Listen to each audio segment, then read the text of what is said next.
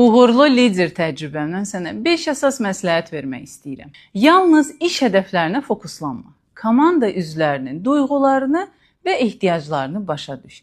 Empatiya və emosional zəka komanda ruhunu gücləndirir və işçilərin məmnunluğunu artırır. Gələcəyə dair aydın bir vizyona malik ol və komandanı bu istiqamətə yönəltmək üçün dəqiq məqsədlər müəyyən et.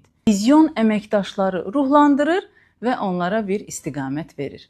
Komanda üzvləri ilə açıq və dəqiq ünsiyyət qur. Bu səhv anlaşılmaların qarşısını alır, məhsuldarlığı artırır və etimad yaradır.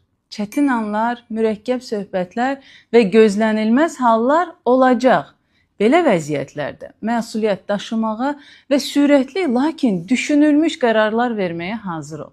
Öhdəliyi götürmək sənin nüfuzunu artıracaq və komandaya güvən verəcək. Çətin anlarda belə qərarlı ol. Əmin ol ki, komanda sənə güvənəcək və sadiqlik göstərəcək. Heç vaxt öyrənməyi dayandırma. Həm özün, həm də komanda üçün daha yaxşı ola bilmək üçün hər zaman inkişaf et.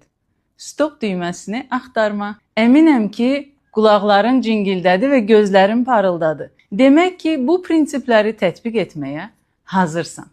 Elədirsə, sənə liderlik sərgüzəştlərində uğurlar arzulayıram.